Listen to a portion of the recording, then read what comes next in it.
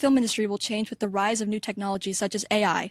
What steps do you think will be taken to ensure that artificial intelligence doesn't replace creatives, but is rather used as a helpful tool? Wow, that's a great question. Yeah. And we kick it off. So, first off, it's coming. It's already here. Don't deny it. Don't just creative world. It's not enough. It may be for you, but it's not going to be enough to sit on the sidelines and make the moral plea that, no, this is wrong. It's not going to last. There's too much money to be made, and it's too productive. It's here. Welcome back to Burnt Popcorn, guys. Hey, it's me, Dr. Dylan. We got Kid North. You know, Zippers, I guess, off being old somewhere. But today, we're not doing a movie review. I know, sadness. But what we are doing today is we are going to be discussing the new frontier of filmmaking, AI. And no, not the Stanley Kubrick, Steven Spielberg movie. Movie sucked.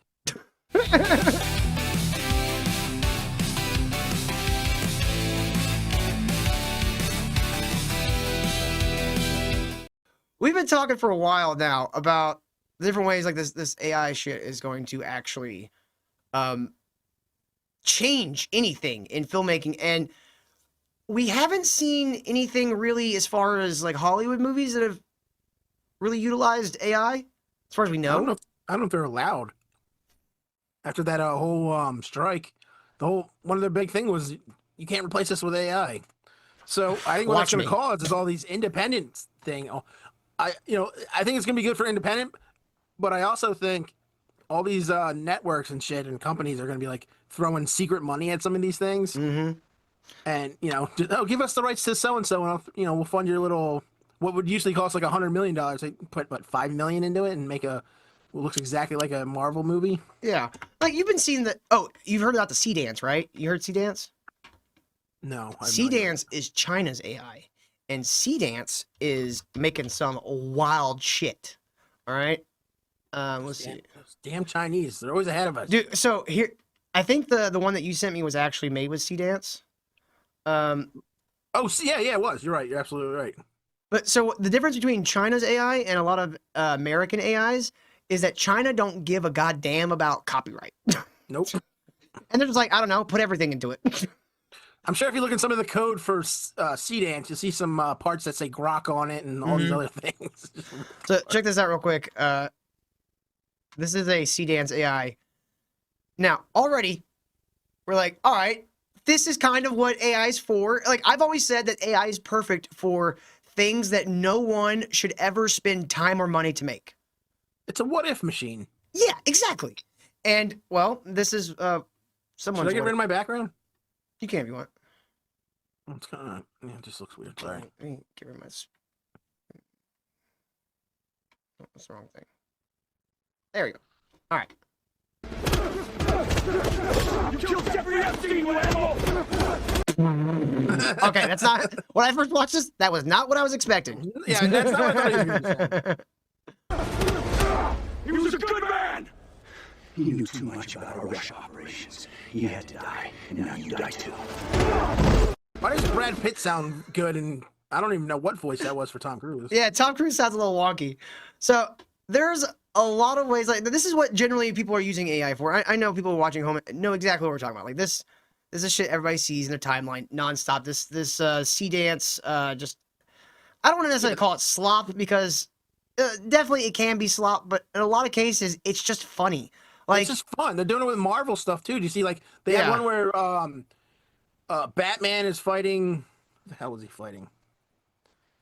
He was fighting a Marvel character. I forget which one it was, but and then they bring they had one where the Wolverine was fighting Captain America. Is this it? Maybe. Yeah, okay.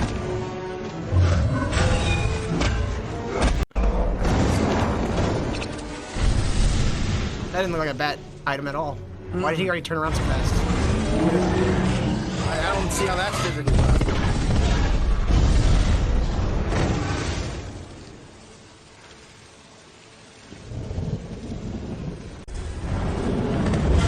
That ending shot was pretty good. I'll give him that. That was a pretty good ending. Now, looking at these, like I've already kind of come up with my diagnosis of what's wrong with all this shit, and it's amateur filmmaking. Like I don't mean like amateur filmmaking like someone who's like, I want to make a movie, I've never made a movie before, I'm gonna just figure it out. I'm not talking about like that. I'm talking about like this has the quality of when you're a kid and you got your dad's camcorder and your action figures and you're just doing stuff. You have no sense of like how storytelling is done or anything. You're just kind of making shit up on the fly. And that's where this is good and bad. Like, this is all imagination. Yeah. This is all like, well, make Batman fight him, and then he drops a dust bomb, and then the Batmobile comes out of the ceiling and then like starts shooting Captain America. Where just like current school is like just making kids dumber. This is gonna make the next generation just so much more lazy. Like, there's no. Well, there's a problem. I'm sorry, go ahead. I was gonna say, I don't know if that's necessarily true what you're saying. I think this is just people who have never even thought about what it actually takes to construct a sequence like this in an actual movie, like the storytelling beats. Like in the thing I'm working on for my show, the Charizard, every shot has like a micro story within it that leads to the next one. And you can use like sometimes like things don't quite fit together quite perfectly, but there's storytelling techniques and editing techniques that can make things fit together better. And these people don't have any experience in it. That's what I'm saying. There was a barrier of entry for the top movies and stuff like that. Like, even if they're bad, those people had to at least know what the process was. They had to get schooling. They had to at least done it. They might have done it poorly, but they had to know it. This is just typing something in and then letting your imagination run wild. They don't know how to edit. They don't know how hard. Look at like if we just got done YouTube today and we just make all our videos on AI, like all that struggling of editing, making it make sense, cutting things down time wise. Like this, there's like make me a video of Batman fighting Captain America, and then poof. Yeah, but let's see how someone who has a professional kind of pedigree would use AI as a visual, because I'm very firmly on the side of the AI will eventually be how all visual effects are done. Yeah, I don't see how. Well, when I say all, okay, like a majority. I still think there's going to be compositing work and like little like tinkering with adding certain things to get a better realism, because a lot of things you see, like when we watched that Batman thing, like it was going great, and then Captain America didn't react the way a person would in that situation. He just immediately turned around looking like, oh, where is he? And then a Batmobile fell through the ceiling, which immediately looked cool. Makes no sense. Yeah.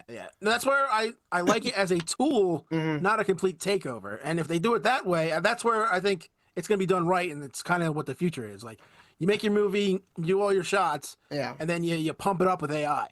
I think for like the general public, what will likely be the biggest use for AI, other than like essentially replacing search engines, is you're going to be able to have Harry Potter pictures finally. Essentially, like you can take a photo, it just keeps moving. Yeah, and they just moving and kind of looping. Like, I've been thinking about a way of doing that for like 10 years. I was like, why isn't this a thing? AI, that's all you gotta do. And me and my brother had this exact conversation about fucking Harry. He even said Harry Potter pictures. I mean, it's cool that we're actually moving to a future where, like, things like that's in sci-fi. That's always been the thing that kind of like is never been realistic. Is that in a lot of sci-fi, technology almost has its own intelligence to it.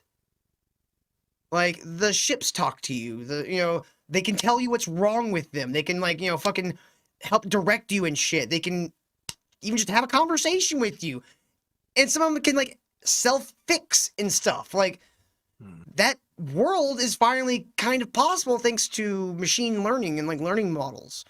I don't think it's ever going to truly be one-to-one with real intelligence, because that amount of processing power you need for that is just astronomical. Yeah, we're gonna be somewhere in between Star Trek, where the ship talks to you and can diagnose itself, and Dumb and Dumber, Idiocracy, where the machine that you stick your hand in, AI, it's impressive that it's talking to you. What's your name? I don't know. Okay, I don't know. Yeah, that's what I feel like that's about where we're going. Not sure. Yeah. But I think in the realm of filmmaking, I think this whole AI thing, because Kyle and I, my co-host for people who don't watch my other show, my co-host from Ministry of Dude, Kyle, we've always like he's done a lot of video game work. He's done some special effects work, and he doesn't think this is ever going to be a useful tool. He's slowly coming around to my side, Ken. He's slowly going, all right, this is actually getting pretty scary about what we could do with it. Like, I didn't even... A year ago, we were talking about trying to use AI to make a cat as a character in like a short film or something. And the problem we are rising is consistency, all that kind of stuff. It's already jumped so far ahead now. That might be possible now, especially if we put some money into some models. That might be very possible, and we could make it look very good for like next to no money. How did he not see that though? That's insane. That he didn't think. I don't think he actually thought that, Ken. I think he was more of just like, no, I don't think the people who do this will ever adopt this. I think this will just be a little toy for dum-dums on the internet. But as we're going to see in this video, that's not necessarily true. So this is the Corridor crew, and they are remaking the bullet time from the 1999 The Matrix.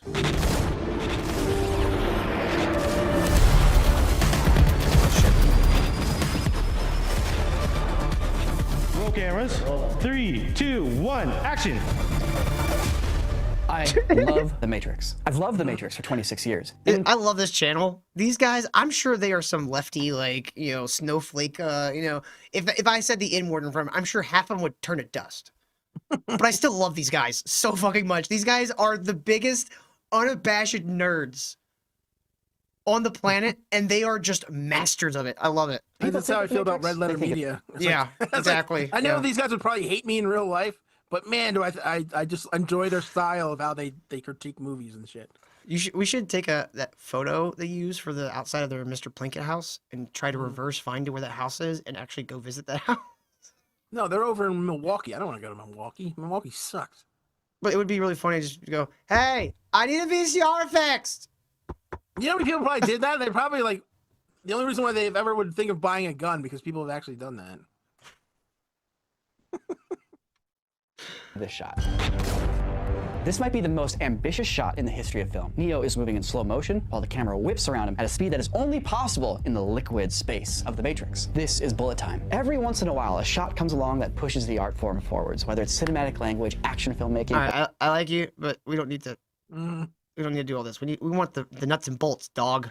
Yeah, we get it. The shot was cool. Get to the being cool. This is presentation for YouTube. We're reacting. Pitch was simple. Don't move the camera. Use an array of cameras that, when triggered sequentially, create the illusion of movement. This illusion was elegant, building on early experiments by Macmillan and Michel Gondry, while also harkening back to the origins of cinema itself, right? The horse. Beta got the go-ahead to shoot a test. Dude, the original Matrix bullet time is some of the most clever uses of still photography to create film, to create a moving image. It's really fucking cool, and it's one of those things where oh, why didn't anybody else think of that? Yeah, it's weird how practical it is and how somehow very ahead of its time, where it's just you've been doing this whole time. Honestly, that technique, they could have done it in the 20s, the 1920s. They could have done it at the birth of film. Well, that's kind of what film is. It's just, especially in the early days, it was just moving pictures. Yeah, and now we're in we're 20 years into the digital age. Can you fucking believe that? We are 20 years past the point where they went, physical stuff doesn't matter anymore. Yeah, it's. I remember watching the behind the scenes of Star Wars, specifically Episode 2, because that's when he really started using the digital cameras. I think Episode 1 was still mostly shot on film. Don't hold me to that, but I think so. I remember seeing one of his camera guys standing with the camera on his shoulder, not even using it, just holding it, and the thing was like 3 feet long. Maybe more like 4.5 feet. The thing was so long it looked like a fucking bazooka on his goddamn shoulder. And it was just because it took a lot. Now those things are that big. Yeah, he probably looks like a selfie stick now. Yeah. All right, so That's how they speed ramp the move. A greater distance speeds the move up, while a smaller distance slows it down. All of that math is done inside the previs and then meticulously replicated on a soundstage in Sydney. But where do you that's aim how each the camera? old way they would do it. So let's see how he would do it with the new way. So they literally had to construct looks like a roller coaster of cameras around him. yeah, so here's how skip a little ahead a little bit here. So they were using AI, and basically what they were doing is, here we go. We'll go to the little mounds. Triggers, which would have been a catastrophic waste of film back in the day, but in 2025 it's no big deal. I'm still only using one picture from each phone, so now I need to lay out the timing for when I want our perspective to reach each camera. And since I'm trying to recreate the original shot as closely as possible, I'm just going to use that as my timing guide. I'm really standing on the shoulders of these giants here. They did all the work. Now I'm not going to interpolate the missing frames just yet, because first I need to remove my climbing harness in Comfy UI using a directed instruction prompt. That's the UI thing that Kyle uses. It's all localized. So it runs UAI? Yeah, Comfy UI. It runs on your computer. I really want to learn how to use it. What is it, like a Photoshop or what is it? No, I was telling you, it's like, it looks like when you open like Fusion or something. It's got like all these nodes and shit, and you connect things, and you have different layers of like control within the AI. Okay, I got you. And it basically takes the shit that you usually use like on the websites, and it like puts you in the back end of it and lets you fucking just fuck with all the pieces.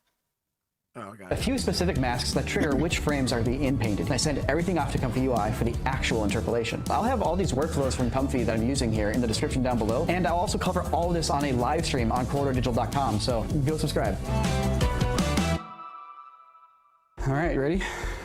I wish I knew how to do all this shit. Like, nodes don't make sense to me. Never have made sense to me. I can use After Effects super easy. When it's layer based, I get it. My brain understands. Nodes, I'm like, I don't know what any of these trails mean.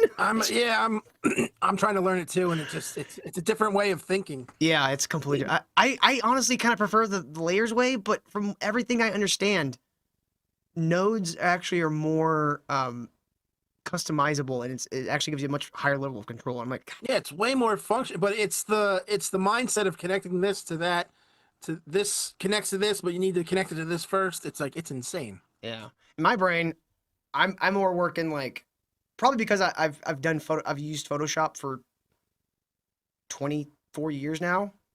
No. In Photoshop, you do everything in layers. Like, you start at the back and you work your way forward, and you can create depth with that. You can blur certain things. So, like, that's how my brain works with the nodes. It's just like, I don't know, man. It looks like a tree. A moving tree that's all connected. It looks like a spider web of my brain melting. Yeah, I feel like I've mastered Photoshop, and now when I see that, there's like my brain is just a monkey just banging a drum. If I had more It's like time, I would we just sit down and like do like a YouTube course on nodes and shit, like on the Fusion and shit. They're on there. I mean, you sent me that one program. I gotta YouTube that. Like, I self-taught myself how to use the one free program I found, Yeah. and I was like, I gotta do that again. And it's like, get ready, brain. All right, here it comes. Dude, What the hell just happened? you move like they do. AI just If the Matrix were real, it'd probably look like this. Is this ready to show John Gato? No, it is far from ready. So one of the things that Ren's doing in this, or that's not Ren. I can't remember this guy's Stippy. name.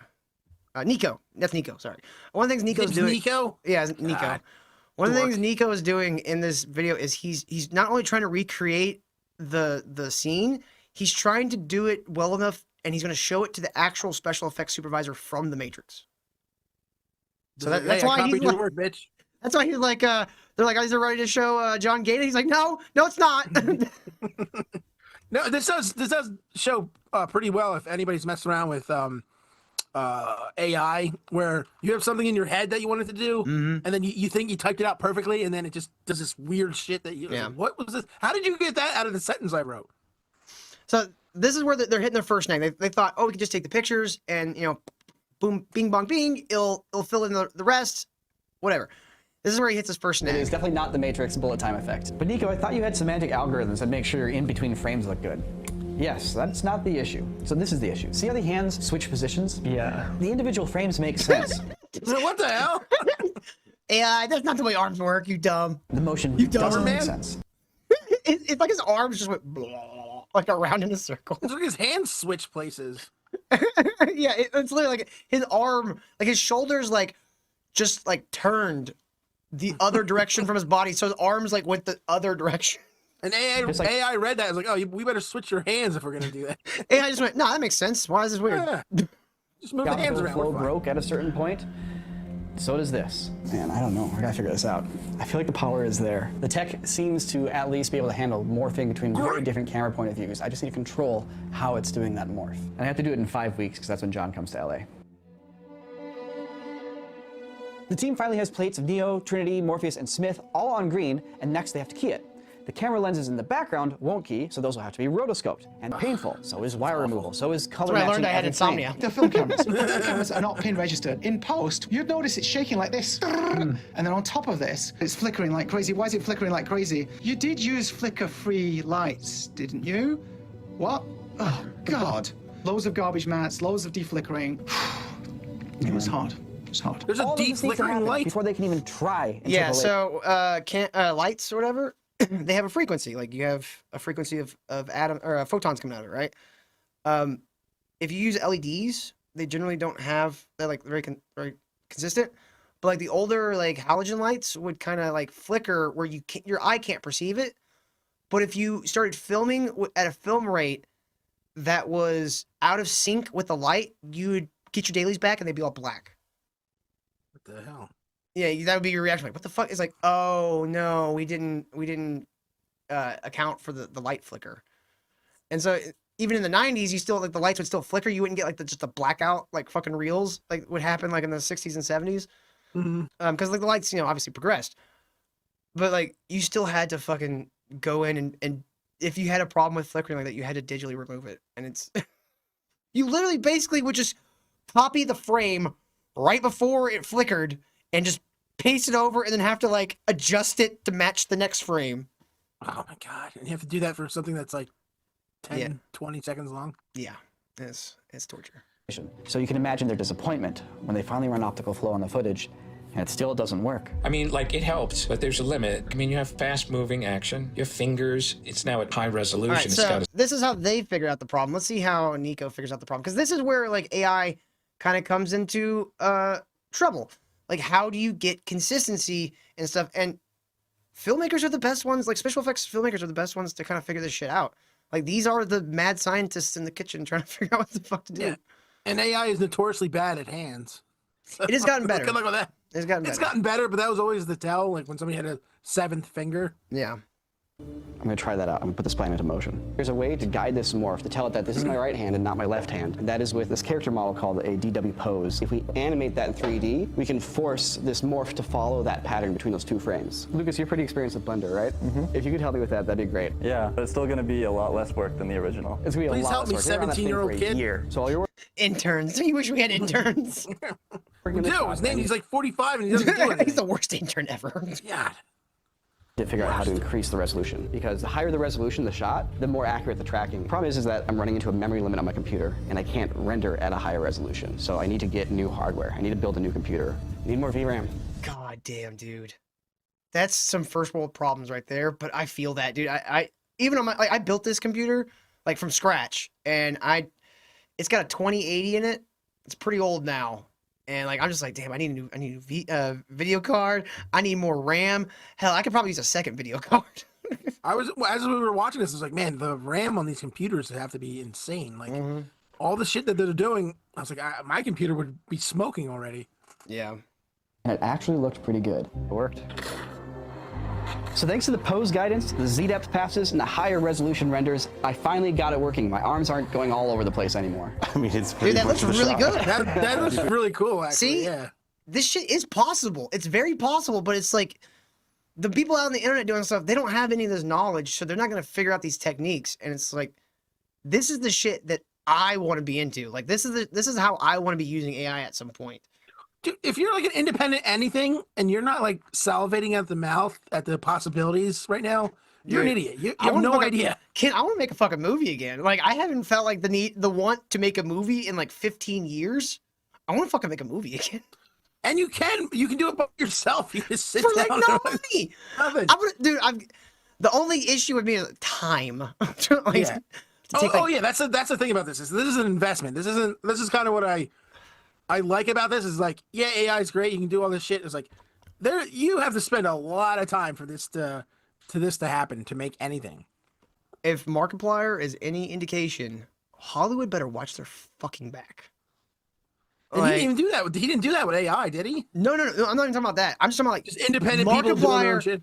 Paid for that movie himself, directed it, wrote it, shot it. Well, I mean, he started it, but like, he had like crew and stuff. But like, he did most of the above the line work. Didn't use a distributor. He self-distributed and was able to get on 5,000 theaters worldwide. Now I know he's like a big YouTuber or something like that, but it's not just because that YouTuber he was a YouTuber and he had an audience. It was because people actually wanted to see what he was making. Yeah, now it's got hype and buzz, and like I don't even know who this guy is. I never heard of him. I don't know what this movie is about. I checked it out just because of all the hype around it. He, as far as I know, now I could be wrong. As far as I know, he didn't get any outside investors. He paid for it all himself, and he spent I think like $3 million.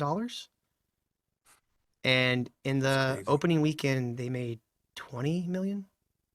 That's what I mean. He gambled on himself, and this could have gone horrible. Like he could have made absolutely could have. He was number one over Sam Raimi for 2 fucking days. All right. Yourself on that rooftop. Yeah, got it. Gotta do some compositing. Now I need to do all the traditional visual effects work of compositing it, motion tracking it, all that kind of stuff. But I hope it works. Otherwise I'll be here for days. Like doing the morph took me like a month.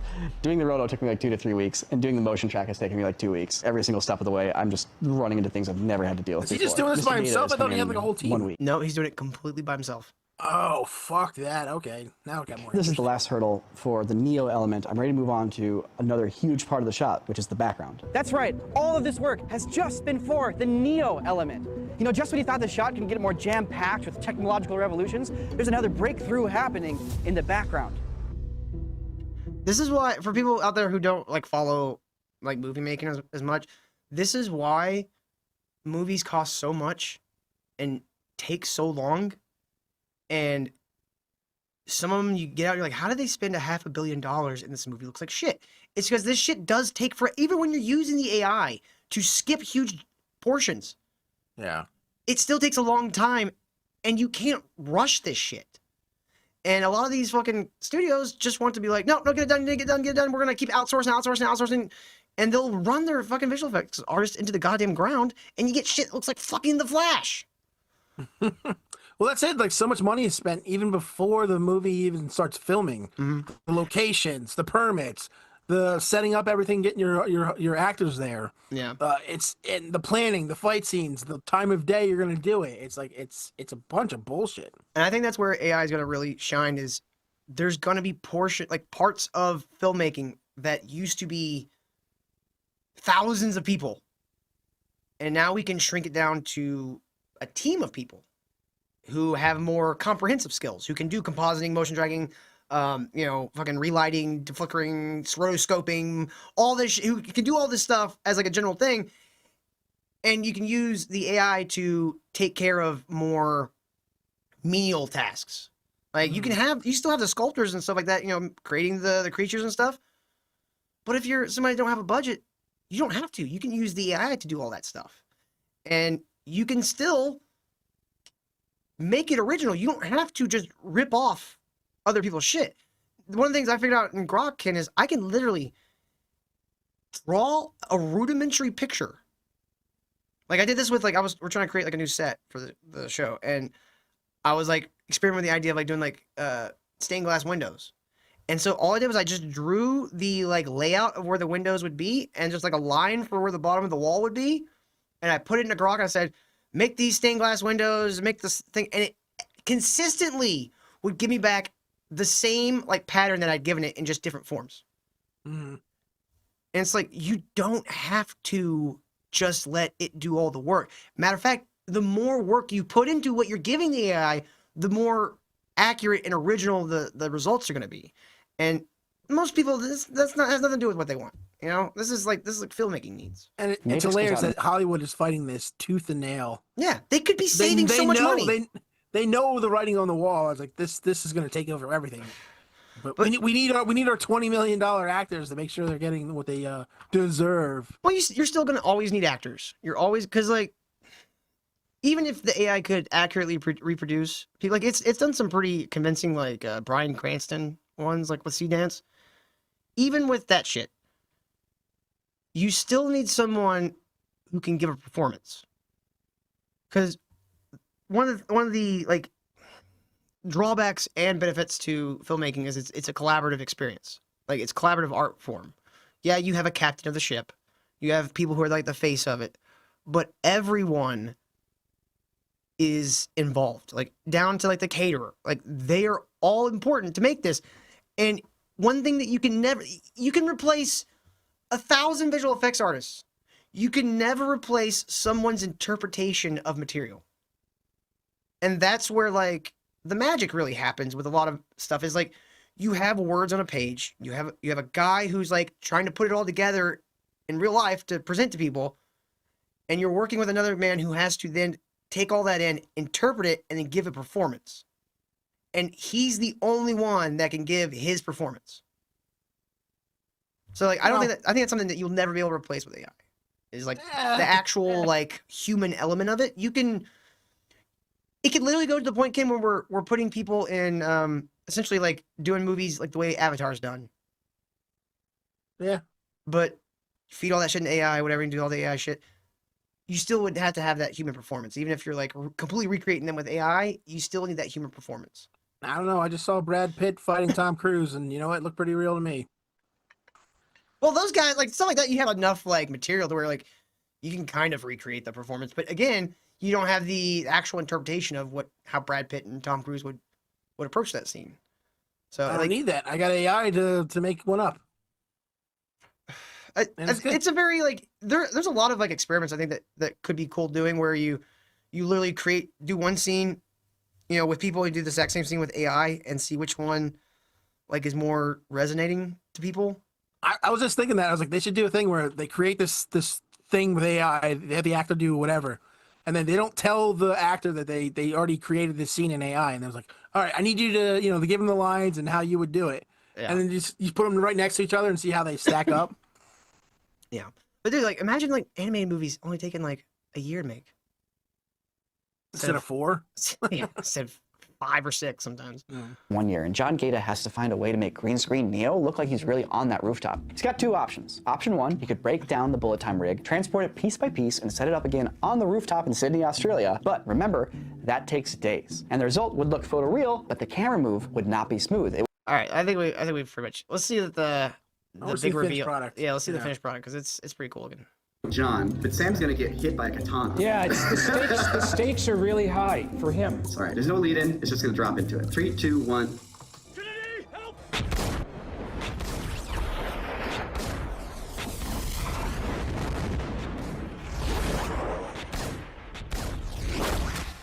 There you have it. All right, first impressions. What? Not bad. It's not bad. I'll let him live. Let's see how you made it. Yeah, I'll pull up a little breakdown here. I was trying to very much follow in your footsteps, but my workflow is a little bit different. We used only like 10 cameras. They're all iPhones. So here's the raw footage. Now, the first interpolation was pretty rough. I thought it could be all automatic. The shots would just flow together, but I ended up discovering the same thing you guys did, which is the hand of the artist has to get in there, putting in that direction. Lucas redid the animation with a 3D model to give us guide layers. Plus, we made some Z-depth passes here. You chose to have a 1 with flowing hair, which is also a huge challenge. You've got lighter hair than Keanu has, so you've got the scattering of the green screen coming through, yeah? 100%. Actually, it wasn't a green screen. Let me show you this breakdown here. I went back to those images. Dude, and it's crazy that So he was an asshole. He didn't have a green screen. He didn't even use a green screen, bro.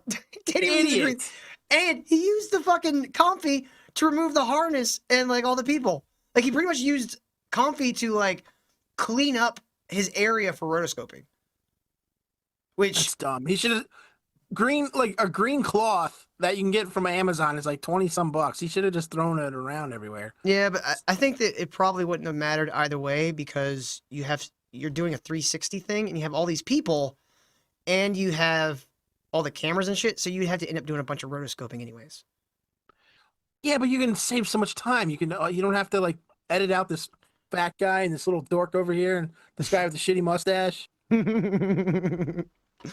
Swapped them out with green screen backgrounds and made another interpolation with the green screen backgrounds to give me a version that has a clean edge here.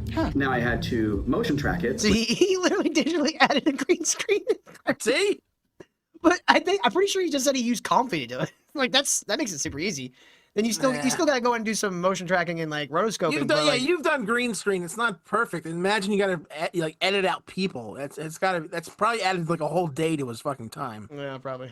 Which is tricky because the geometry is a little wibbly wobbly. Finally, I made a Gaussian splat of the rooftop. Put the smoke in like you guys had, then of course the bullet trails. Put it all together, and you get your full final comp. You even got the little green glow in there. Not bad, not bad. It's awesome. It's an amazing thing to attempt to do. It takes work and a lot of perfecting, even today. And, you know, that's what the art of cinema is about. I gained a ton of respect for the process that you guys had to go through, and I really appreciate you taking the time. Oh, that's great. But yeah, man. That's what like filmmaker level people are doing with AI. But here's what some more like ground level people are doing. You good? No? So this is 99% fake. I'm going to show you exactly how you can achieve a look just like this using traditional filmmaking techniques and AI techniques. But first I had to figure out what would give me the better results, just doing it all AI or pairing it with practical footage. So I'm gonna go with practical footage. On sticks, I had myself walking out for a shot. I got a clean slate, clean plate, whichever one you call it. Before we can get the background video, I need to take a screenshot of the clean slate, throw it into Higgsfield, have a tree crash onto that So roof. Higgsfield is the one that does Kling. So you have a lot of fucking things you can do in Kling. Like Kling and like Higgsfield is like the halfway step between like Grok and like Comfy. Like Comfy's like full control. Higgsfield is more like 80%, and then like Grok's like you get like 20% control. Just gotta kind of fucking work it out, figure it out. Now I have my in frame for the background video. I went into Higgsfield. What ended up working for me was Cinema Studio. I basically gave it this prompt saying I wanted the tree to fall in the house. And funny enough, on Cinema Studio, I got a first try. All these other options are from test runs the day before. So that one didn't work. Okay, so obviously most of us know that pairing AI with traditional filmmaking opens up a whole new world of opportunity.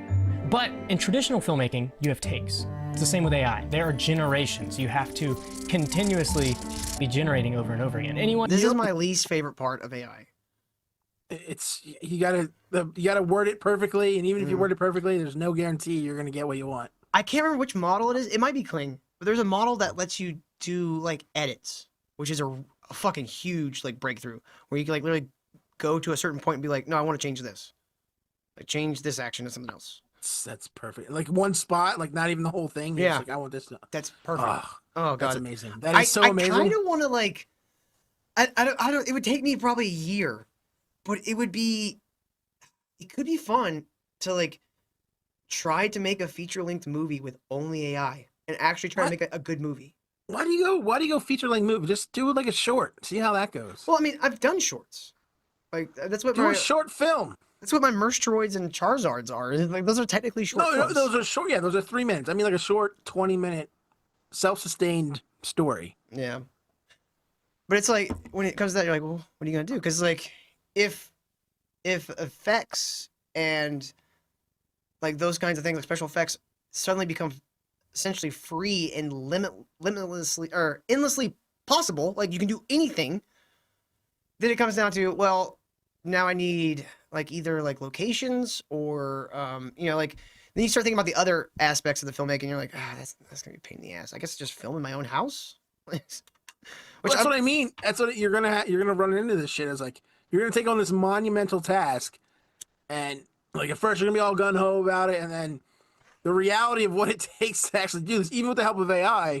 That's what I'm saying, dude. You've already kind of I don't want to say mastered, but you got a good handle on making 3-minute whatever things that you want to do.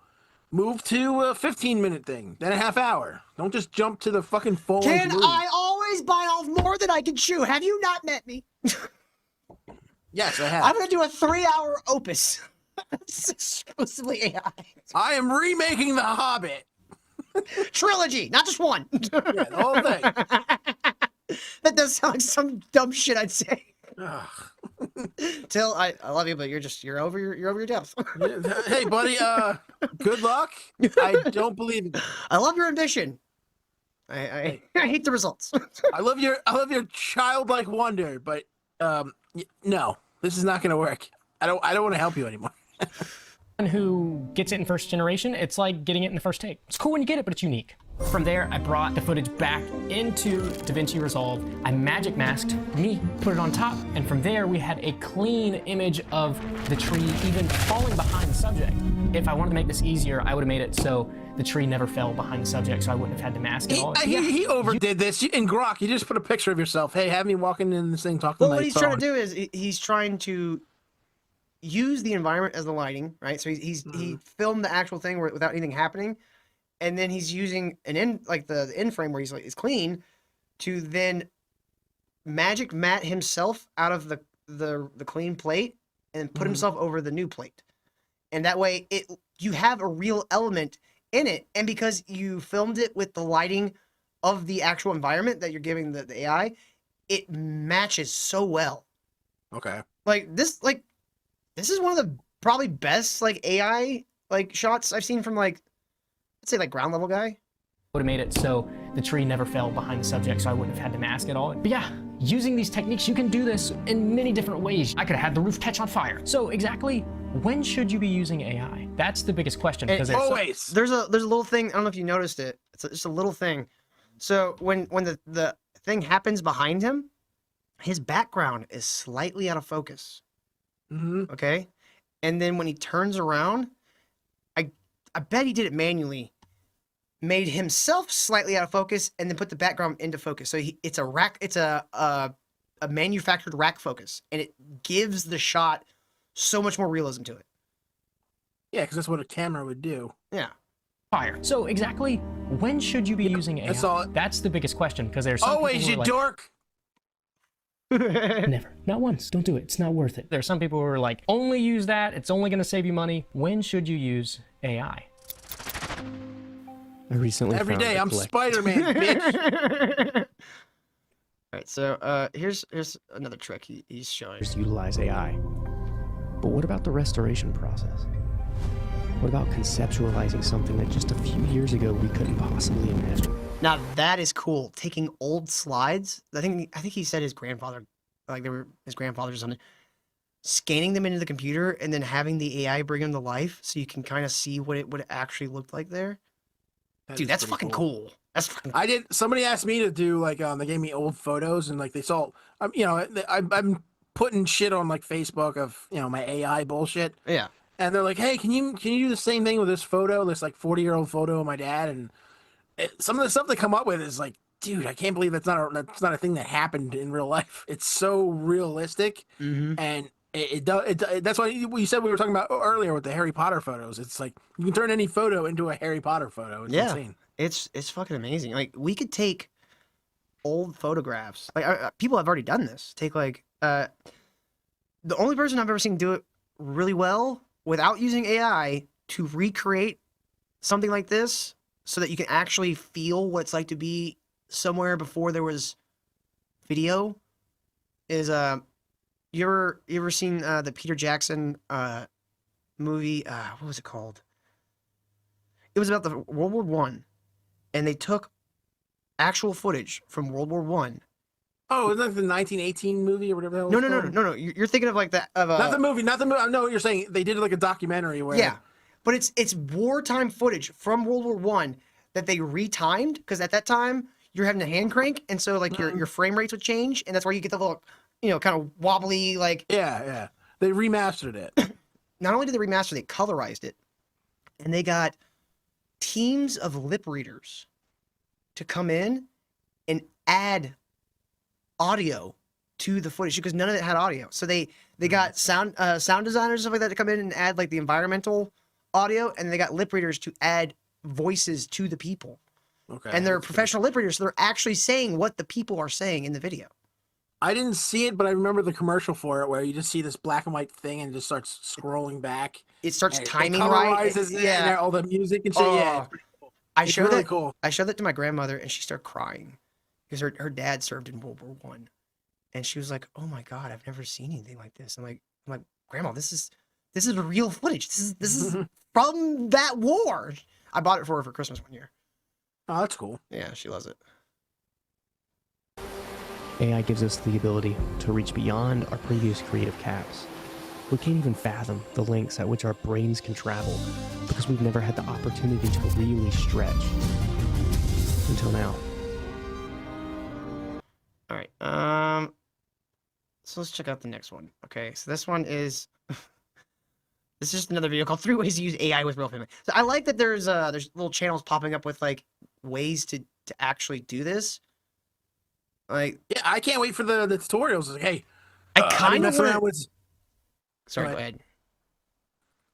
All right, I can't wait for the tutorials of like, hey, you're using Grok all wrong. Here's how you make, the perfect this or that. And it's like, I can't wait for the autistic nerds to get a hold of this, and just like run wild with it. And the one thing they want to do is share it with everybody. Dude, this makes me want to like start like a filmmaking channel to just do like, like put up a video whenever. Don't have a schedule or anything. Just work on shit and put it up.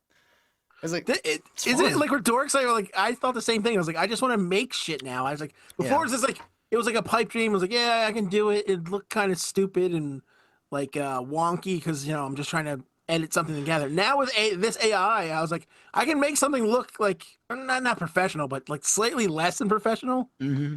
And if you're like creative and you have like some sort of sense of humor, dude, you can crank these out and they can probably get some traction. I want to just quickly talk about what a vertical. Oh no, he's British. You didn't know that by the teeth and the haircut?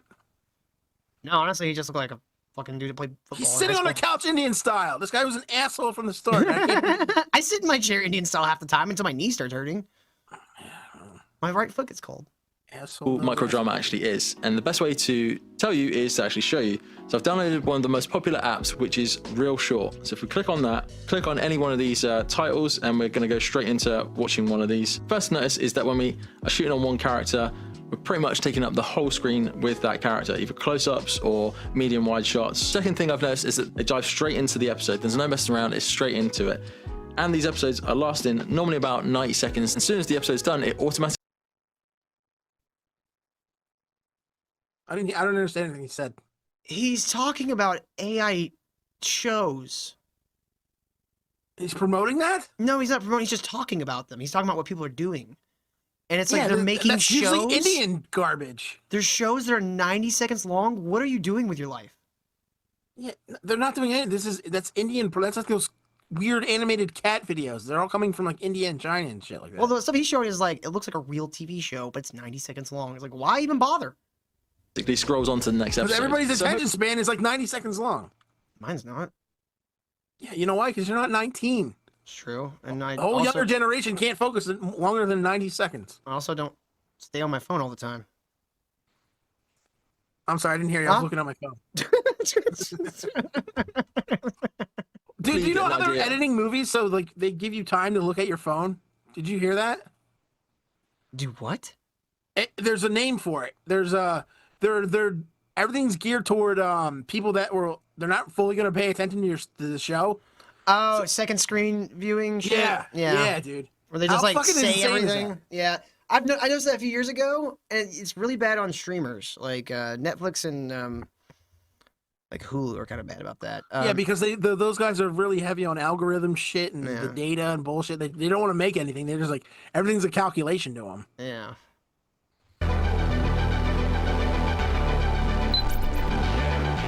So first up, let's talk about AI backgrounds and a couple of ways that we can use them.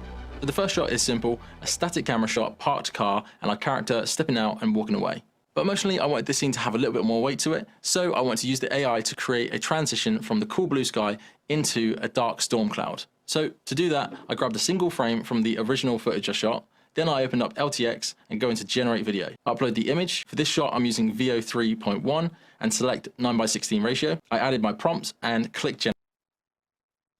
What? I have no idea what he said. What? So confused. Oh, I understand now. I thought he was saying the aspect ratio backwards. Ass. So, typical widescreen is 16:9, and he said 9:16. I was like, is that like how they say their dates? No, it's for a phone. I'm stupid. It's the other direction. That's why it's backwards. I was like, oh, okay, all right, that makes sense. I hate that you're doing it in that aspect ratio, but it makes sense. All right, and this is I hate the 9:16 aspect ratio so much. I hate it so much. Why would you cut off 80% of the fucking frame? I don't know. That's what shorts are. I hate it, dude. I mean, like, yeah, for a short, it's fine because it's like short and it's like you can like fuck with it. You can cut around and shit like that. But for like, dude, like people will watch podcasts like this. Like, what's wrong with you? No, they don't. Well, this is how every live, like, go live on like Instagram or anything. This is what it looks like. Yeah. It gave me.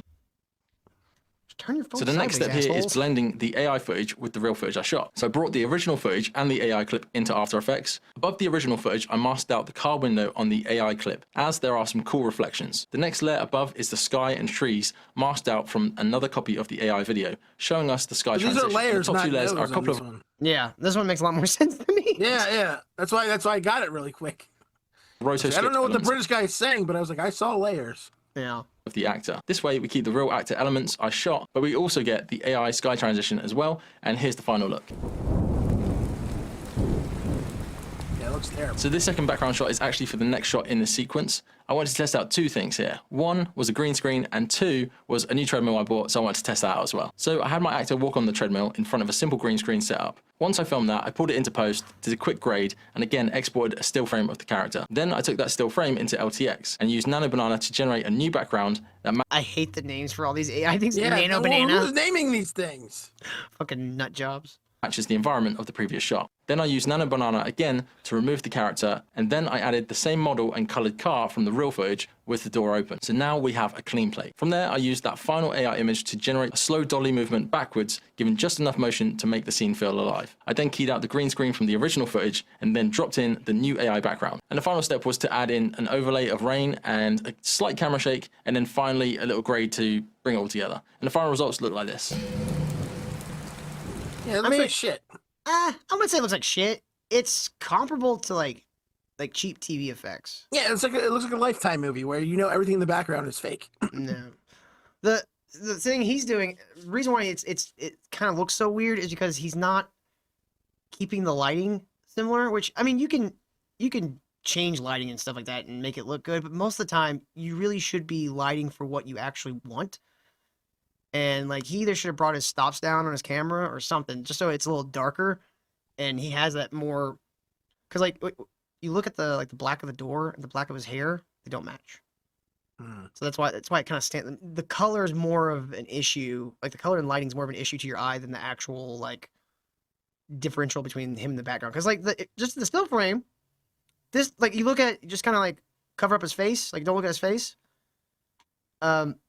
His coat and everything blends in really well with the background. It's when you get to his face that it starts looking it's too goofy. bright. Yeah, it doesn't look quite right. But you know, That's what it is. It's I know for just doing an independent thing, it's pretty cool, but yeah, it has the same issue that they have with some of the newer shitty Marvel, where it's just like, all right, this all looks like green screen garbage. Yeah, and the fucking finale of But if you're a guy in your garage making this shit, it's all right, this is pretty fucking cool. And then the second shot was going to be the sun breaking through an overcast sky. The tree shot, I started by generating the image, making sure the surrounding foliage matched the real location, and then animating the birds lifting off as if startled by the gun firing. And the sun and the cloud shot I generated entirely in general. To what? It looks fake as fuck. This guy sucks. I mean, this is experimenting. Like I think the other guy's shit looked way better too. I mean, But this guy, he's also The birds doing. came out of nowhere. Yeah, he's also like doing a little more in-depth stuff than what the other guy was doing. The other guy was doing like very simple like environment changes. You know? I feel like this guy is like a hired gun for the whatever they're doing. This looks like a giant commercial for the fucking product. I don't even believe this guy. I think this guy is AI, if I'm being honest. So here's a little news story. We'll end with this, kid. Welcome back, everyone. You've probably seen them all over social media, deepfakes like the one behind me, created with artificial intelligence. But you may not know that these are already So being this is used how in Hollywood even in is major using AI right now. I figured this would be a good way to kind of bookmark the end of it here. projects. The AI boom has come to the entertainment industry, and the tech is being used for far more than just changing faces. With concerns about how it could impact creators and performers, we take a look at how Hollywood is handling this AI revolution. ABC's Nathan Russo-Smith gives us an inside look. So, this is Dorothy, our facial scanning rig. This vault is one of Hollywood's best-kept secrets. It's not safeguarding money or jewels. No, it's not. I've seen this place like Yeah, hundreds of this times. has been going on since like the late 90s. What are you talking about? I've seen this specific room at least a dozen times in other things. What are you talking about? Why is you describing it as evil as a German person speaking? We are going to put you in this machine, and we are going to take your soul. And then immediately a gay guy comes out of nowhere. But it's perfectly safe. Hello, my name is Esteban. I'm going to be your stewardess for this evening. I just want you to put your feet in those holsters, hold it still, and it's going to be all over soon. We're stealing your soul, but it's perfectly not hurtful at all. You're going to be just fine. Are more valuable. Digital clones of your favorite actors and entertainers. 3, 2, 1. I don't know who that This is. That's not my entertainment favorite capital is anything. fighting to This is preserve, some guy that protect, brought- and future-proof in the age of artificial intelligence. So scrunch your face, yeah. This endeavor, country, representing thousands of A-listers. That thing looks like something Dr. Manhattan stood on an accident and became a god. You get, like, all right, we're gonna scan you, and the guy just starts deatomizing. You're like, I don't think that's a scanner. Oh, this is the wrong room. The scanning room's 2. This is 3. Yeah, isn't that Willy Wonka fucking thing when it turns a kid into a candy bar or something? This is our deatomizing room. Why do you have one of those? Because we can. Yeah. I don't know. I'm not going to not have a deatomizing room. What am I, an asshole? Do you want us to pay for like trash pickup every week? I'm sorry, do you have atoms everywhere? Like, we got to be able to take them down. Am I breathing the actor right now? Probably. Yeah, you're welcome. That's pure actor. Right to your veins. Vaporized Brad Pitt. In sports. Every movement Anger, like rage. So, 3, 2, and every vocal inflection That quick beige fox jumped in the air over each thin dog. Look out, I shout. used to create and safely store a digital double the talent owns. Think of it like a bank. If somebody now owns their digital likeness assets, anyone who chooses to do anything other than work with that individual, now there's a stronger case to show. Where's your forehead? Is she real? Yeah, why do you have fish eyes? Where's the rest of your head? Why do I feel like you're going to hold your breath and you're going to become 3 times the size that you are now, you fucking puffer fish? This bitch got a head shaped like Adam Sessler. This bitch sees the world in panoramic view. Is this a Alita Battle Angel? Does she have a robot body underneath that fucking horrible dress? On their rights. CAA wouldn't say which of its many stars have undergone this 3-hour-long procedure, but claims since the CAA Vault launched in 2023, it's been very popular. Now somebody can show up in a Call of Duty game or in Fortnite or in any of these sort of platforms. Or some kind of fish monster. My question is, why didn't you guys do this 20 fucking years ago? Oh, we didn't have that big circle room. I'm sorry. Dude, imagine if Hollywood just had like a bank of like the actors already had themselves pre-scanned, like, you know, fucking, you had the voice samples or whatever, and you just be like, oh, we need a pickup shot. We'll just use your model and your voice model to pick up the pickup shot, so you don't have to conflict with your fucking shit. I think they've had this for a while. Like, I know, like, I think actors like Angelina Jolie already scanned themselves. Like, not this thing. It kind of looked like this, but yeah, this they've already been doing this. The sphere thing, that's been around for a while. At least since Avatar 1. Yeah, so I was like, this has been around for a while. I don't know if they didn't know what they're going to do with the information or all the scans, but they're like, this preserving yourself when you're, you know, your best looking self has been around at least since the early 2000s. Well, did you hear who was doing this? Like, who owns all this? It's CAA. That's one of the biggest. CIA? No, not CIA. Which I don't know. Maybe not too far off. CAA is one of the biggest talent agencies in Hollywood. It's like one of the big 3. I don't know if there even still is 3, but it's one of the top talent agencies. If you have an agent at CAA, you're doing really well. Mm-hmm. So I mean, it makes sense that the talent agencies are doing it, but why aren't the studios doing it? Like, why aren't the studios I don't think they're allowed. I don't think they're allowed. That's what I know I keep going back to the strike. It's like, you can't take my likeness and then make movies with it. No, I'm not talking about that. I'm talking about like, by just having this of all the actors that you use and just like keeping them, you then have like, you save yourself a bunch of work in the future. Because like, think about like any movie where they want to de-age somebody. Boom, you got to scan from when you were 25. I think they are actually doing that, but I think it kind of scaled down when they saw how like efficient AI is now. Yeah. They're like, oh my god, they don't need me. They can just take my likeness and not pay me. Look at this guy's mouth expression. That's what you want with, dude? It's fucking great. The And AI your ears would have like fucking vampire teeth. CAA Fucking argues the value is in the person. Tell me about your own love for film and entertainment and where that came Oh, why did they get the gayest mulatto? That's what I'm saying. Is even evil German or a gay guy wearing Tony Stark glasses? I hate that he made those popular. Oh my gosh, I grew up watching movies with my mom, old school Catherine. Wow, you're so unique, Jennifer. You're so unique. You grew up watching movies with your mom. No one else on the planet's ever done that. No, what are these movies you're talking about? I hate it. I've got a very intimate relationship with movies. I grew up watching them with my mom.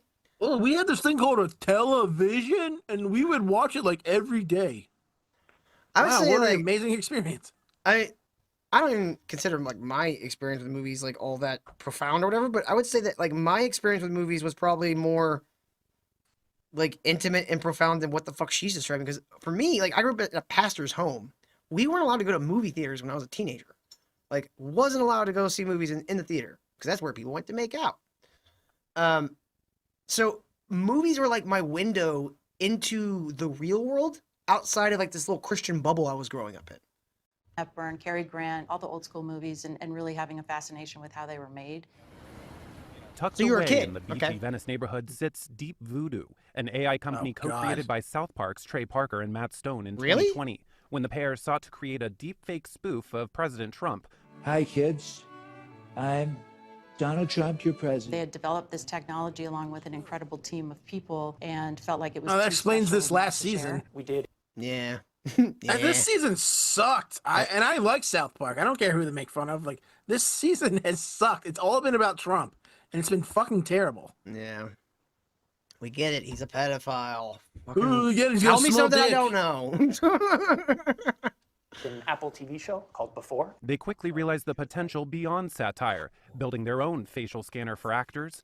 And with that data, they show me how AI can in real time de-age Billy Crystal and Judith Light in the TV series Before. Oh, God, who the hell would want to watch this? Releasing his first music video in decades, Billy Joel employed Deep Voodoo's tech, his face de-aged and superimposed. So the performer, the way See, that that's kind of cool that you can use the AI to like realistically de-age someone because like I don't know if you do. I remember The Irishman and that was fucking tough to watch. That movie sucked so bad. Fucking Robert De Niro trying to pretend he's not 80 years old with his stiff shoulders, not being able to move. Yeah. You want me to believe that he's some badass like beating the hell out of somebody where his fucking arms don't work? Why didn't you just like hire another actor? Like I don't get it. Like a good portion of that movie was him as an old guy. Why not just hire a young actor and then do the deep fake shit? Why did you have like half the movie of them checking into hotels? That movie sucked. Believable. Yeah. Now, would something like that have been possible without AI before? The issue that people had with traditional CGI is that it came off a little bit eerie, a little bit, some people call it uncanny, right? This notion that No, not some people. There's a literal genre called Uncanny Valley, you fucking retard. I'm looking at his beard and I'm seeing Uncanny Valley in that. Like, what the fuck I is don't this? believe you're real. How is your neck that clean? Did you shave literally seconds before they rolled the camera? We're getting interviewed today. Cut my beard, woman. Right now. They're about to hit play. It doesn't look like a human. I don't care. It's like it's when you do the line too high up. And you're like, I just look weird now. Oh man, why did I give myself a paper like a super thin line? It looks like a beard that he would just like peel off. Mm-hmm. It's all one piece, even the mustache. As he does it, you're just gonna say it was me the whole time. I knew this place was run by the CIA. You hold on a fools. second, Ken. There's something that we didn't acknowledge at all because you're covering it. So let me move you for a second. Look at this guy's name. That's not a real name. Afshin Beze, CEO of Deep Voodoo. Okay.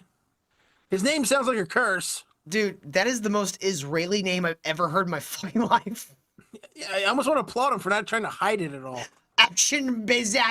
Yeah. Oh, I'm glad you didn't call yourself John Stewart. Like he sounds like he'd be like the defense minister of Israel. Defense Minister of Israel, Afshin Beze. Sounds like. there's something that's off about it. Potentially distracting for the viewer. Exactly. That's exactly right. And so the AI has been able to bridge the gap. Some people call it this uncanny valley, to the point where it looks natural, it looks realistic in a way that people can enjoy what they're watching. I had to try it for myself. Instantly, I'm able to see what would take hours in the makeup chair. And then there was this. There's two of you now. Yeah. I mean, that is... My teeth, eyes, face, suddenly someone else's. Deepfakes made even more lifelike and harder to spot. It's a Recently, Snapchat this filter. AI What the hell are you talking It really is. But like the Snapchat filters was a start. Like once you can get like the AI to perfectly track and light the thing, like that was pretty close. You might have to still go in the visual effects and do a little bit of touching up, but that was pretty goddamn close. Oh, I know. It was weird how good it was like 10 years ago. I want to fucking sue these people for stealing my name and giving it to a woman. Fuck these people. Tilly. It's splashily marketed as a future acting starlet, further heightening unease over job security. It's the fear of a rapid, unrestricted evolution that actors, writers, and creatives picketed over in 2023. From what you're hearing, are they scared of AI, or is it a little more nuanced? I think it's a nuance, but we don't want it to be paralyzing fear that stops us from doing things like negotiate. That dude's last name is Crabtree Ireland. What is with all these people's names? I think this whole company is like CIA agents. Dude, he looks like a goblin from fucking Harry Potter. He's even got pointed ears, dude. He's got fucking pointed ears. Looks like meat's back on the menu, boys. Whom do you serve? Saruman. Cheating. These are the dreaded Orokai. The Dorokai. Getting legislators and public policy, to circle around this in a way that's protective. Union SAG-AFTRA recognizes there's no one ringing the SAG? AI bell. Yeah, just it as there rhymes with SAG. was no escaping piracy Actors or Guild. streaming. The union says it's prepared. We don't want it to be cheaper to use a synthetic performer. We want it to be the same. And if it is the same... How long has this vampire been pretending to be a human? He looks like a pig monster wearing a mask. He looks like he's been a vampire so long he can't hide the traits of his pointy ear. He's going full Nosferatu. I know, I'm pretending to be a nerd as I eat people. we're talking about AI, and all we can do is shit on this guy's fucking dumb pointy ears. That human performers will win out because they bring something unique and special to those projects that can't be blood, delicious blood they bring to the table. I feel like the studios have... Like, I honestly, like, jokes aside, I honestly want to know, how did your ears form that way? Yes, what happened? Did you have to wear like a CPAP machine when you were a kid and that just kind of like naturally pushed your ear tips down and made them like... Yeah, how many hundreds of years does it take for your ears to turn into that, you fucking vampire? How many coffins do you have to sleep in? Yeah. Have the Coffins you get caught in. Interest at heart with how they're harnessing AI. I would say I think the companies are generally coming at this with a more careful and deliberate approach than I feared might happen, and that is a good thing. While an AI avatar like Tilly appears more marketing stunt than serious acting contender, how Deep Voodoo harnesses AI has already changed the landscape of Hollywood. Is this technology going to kill jobs? Absolutely not. No. Yes, it will. Do these people what is with the world? They don't understand the whole point of everything is to stop working. The whole point of everything is to not have to do anything. No. The job that usually took 20 people a year to do that can be created in about half a second. No, those jobs are safe. We're all fine. Dude, I want that couch. That's a fucking baller couch. The casting couch in the background? Dude, I love the fucking, what do you call it? Where you have like the little buttons in the middle. Can't remember what that's called. But I love that. I don't know why. Like you see like the little they're called divots. cum gutters. I don't think that's what they're called, but okay. I don't want to brag about my furniture knowledge, but I'm pretty sure I'm accurate. Why not? Because what this does is it allows stories and projects to happen that wouldn't otherwise happen. Why is half your mouth moving, not the other half? Jobs didn't exist 5 years ago. AI artist jobs didn't exist. The AI boom reached new heights when earlier this year Google unveiled its generative AI model dubbed VO3. I can describe what I want to happen next. Google showed how it can quickly create... I think this is the one that lets you like go in and edit. I need to play around with VO3, but I bet you have to pay for it. The fact that there's options is insane to me. Like all of them are in a race to have the best AI. Yeah, dude, and it's going to shrink every visual effects, every video game, every like studio. It's going to shrink everything, and they're going, this is bad. While the rest of us, maybe people like me who tried to make it in Hollywood and realized I don't want to. This is like Christmas, because the biggest problem in filmmaking, Ken, isn't cameras, isn't special effects, and it isn't even the studios. It's people. It's fucking people. And the more people you add, the more problems you have. So this is gonna actually allow people, or allow studios and stuff, to shrink their crew size. Like shrink like stuff.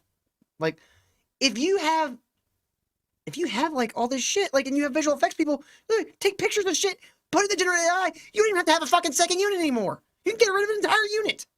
This is amazing. This is gonna take down all the major fucking Hollywood companies, all the big producers. Like, they're all gonna pretend like they're, oh, we don't need AI, or we're not gonna use this because of that stupid strike. And now all these independent people, or all the people smart enough to get off this fucking stupid Hollywood train that's self-defeating, and they're gonna be like, oh yeah, I'm retiring, and then they're gonna invest in some independent company that's like, that doesn't have to go by the Hollywood restrictions or whatever their union is. No. I was like, yeah, those people are stupid. We're not paying that much money. I will invest like $1 million into some whatever bullshit movie you create. AI is, let's put it this way, Hollywood has become Lizzo, and AI is Ozempic. We're about to make this fat bitch skinny. Realistic-looking videos from scratch with just a few sentences. It caught the interest of famed director Darren Aronofsky, who partnered with Google, creating AI production company Primordial Soup and enlisting director Eliza McNitt to helm their first short film titled Ancestra. You need to go. Is your husband here? This was supposed to be a checkup. Crash C-section! What excited you about trying? Ancestra? Was her husband her brother? What is this posture?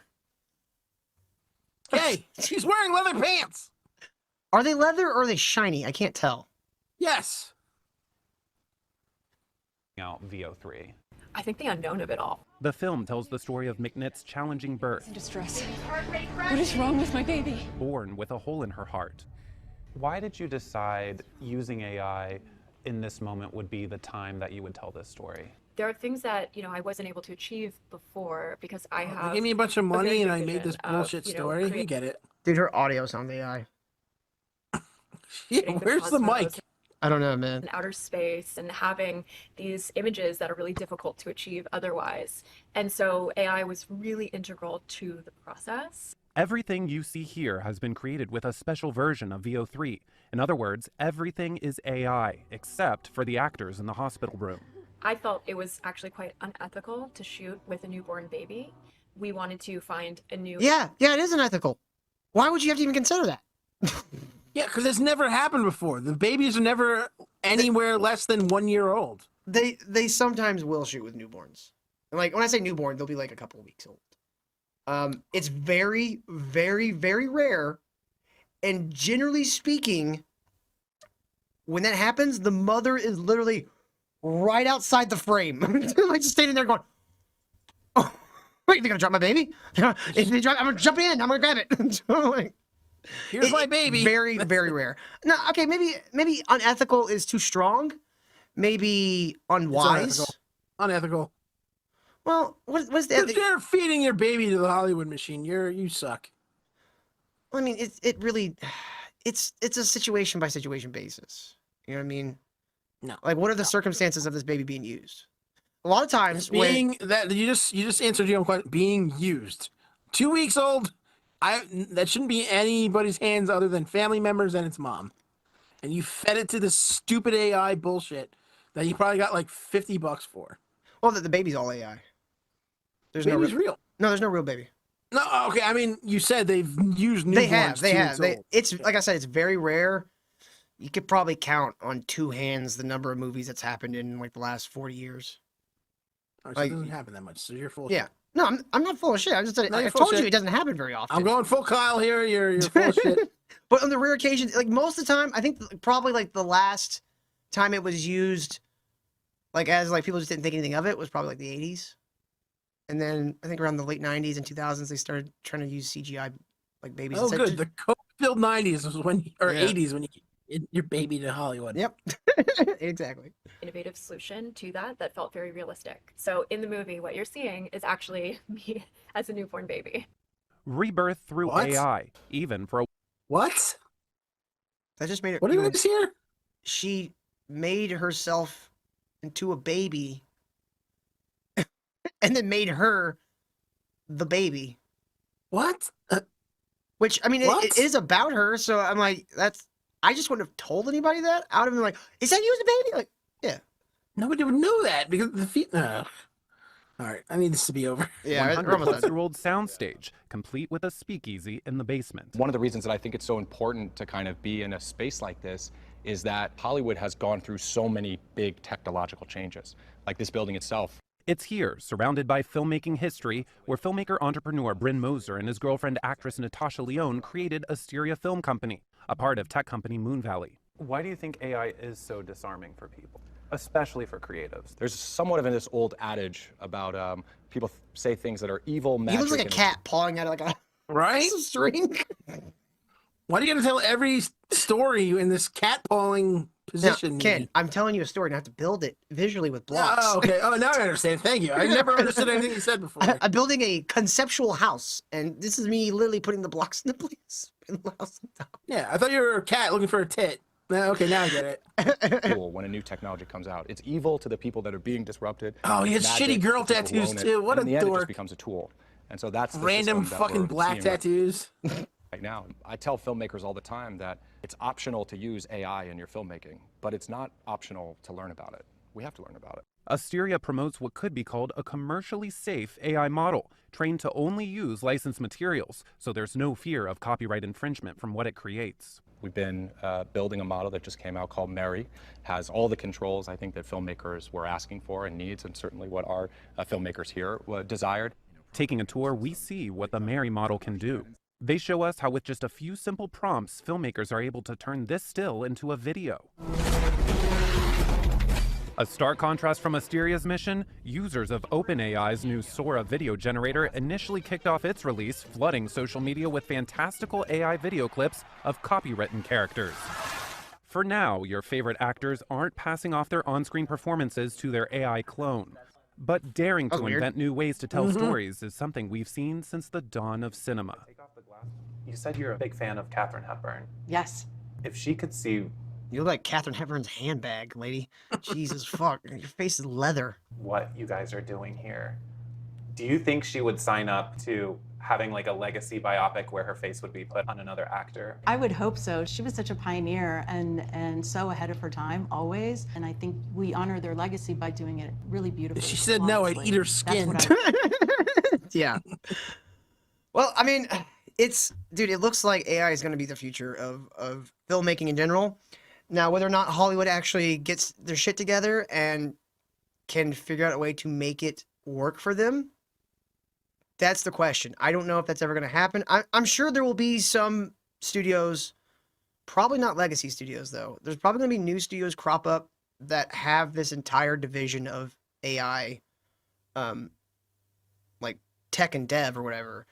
Mhm. And it's probably going to kill most of the big studios, and these companies aren't going to be very big. Fuck yeah. That's It's what I going want. to, it might go back to the way it started, which is amazing. Such good news. Everybody can be a Hollywood producer. We've talked about the history of cinema before, but like the way like theater started, they were owned by the studios. Like that's what a Nickelodeon is a studio owned theater. And they got so big so quickly because people were like, this is fucking amazing, that the government literally had to come in and go, you can't own theaters anymore. Like you can't own chains. You can own like a couple in like LA or whatever. You can have like a Paramount theater, or fucking Netflix could have their own theater or whatever, but they can't own chains. So that's why you get like the Cinemarks and the Regals and the shit like that. And they're not owned by the actual studios. So the studios don't give any fucks about them. That's why they don't give a shit about making bad movies that don't make the money they want. Because once it's out of the theater, they make more money anyways. Because they don't own the theaters. Like most studios get 50% of the ticket sales. And then like if you go to like China, you get like 15, I think. Holy shit. Yeah, China like keeps most of the fucking money. That's one of the reasons why they're just like, you know what, China's not really worth it. No, we're just gonna take it all. You can't do anything about it. Yep. So I think this is an exciting time. It's chaos. It's literally what's happening. Hollywood is in complete chaos now because of AI. And AI is not even to the point where it actually is a threat. It's close though. And if we had more people like the Corridor Crews and stuff like that who are working on figuring the actual workflows and how to actually use AI to where it doesn't look like a fucking mess. Like, dude, we got unlimited possibilities. And this is getting like really fucking exciting. That's why it's fun, man. Everybody can make a movie like that, and it's I don't say stupid. It's the most non-technical person in the world can use this website, use this technology to like make whatever they want. A little home movie, like they want to turn themselves into Superman. You can do whatever you want. It's amazing. Yeah. So let us know what you guys think down in the comments. Is AI the future of Hollywood? What do you think? Because I think it's exciting. I think there's a lot of things that are going to blow Hollywood's socks off. And it's only a matter of time until people who actually have like a filmmaking mind, like a storytelling mind, starts using this to completely sidestep Hollywood and make shit that would look like you spent hundreds of millions of dollars and you spent like a fraction. So I think it's really exciting. I think there's a lot of things, and it's making me excited to want to fucking try something again. Oh, it makes me so fucking amped up. Just want to punch someone. Rock hard over it. Rock hard over it. It's so rock hard right now. So yeah, I feel think these nips. I know this has been a bit of a different video than what we usually do. We usually do reviews and things like that. Next week, we're going to be doing a TV roundup. We're going to be catching up on all the TV shows that we just haven't had time to talk about. So hit that like button. Subscribe if you haven't already. And let us know if you'd like us to do more videos like this where we discuss topics pertaining to filmmaking rather than just reviewing movies. And as always, we'll see you next time. We need to build more data centers. AI needs it. To cure cancer, right?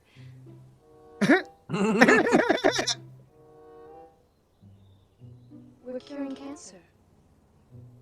Right? We need to build more data centers. AI needs it. Oh my god. How great is that? It's so perfect. That's so ridiculous. The other one was We're curing cancer, right? We're curing cancer, right? Oh my god.